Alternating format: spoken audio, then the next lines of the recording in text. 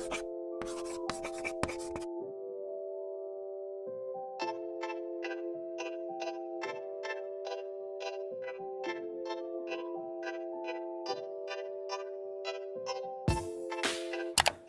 sa aming T Brothers Tools What's in the Box video.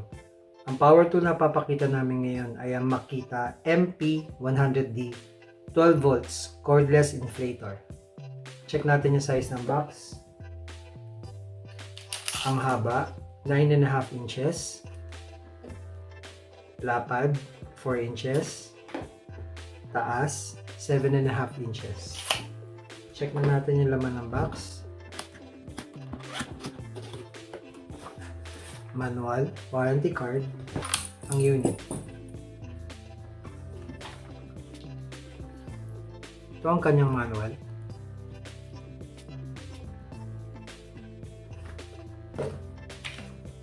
Warranty card.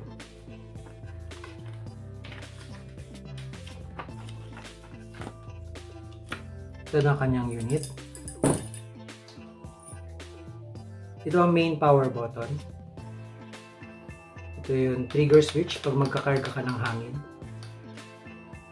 Ito ang LED display. Plus minus ng pressure. Unit ng pressure.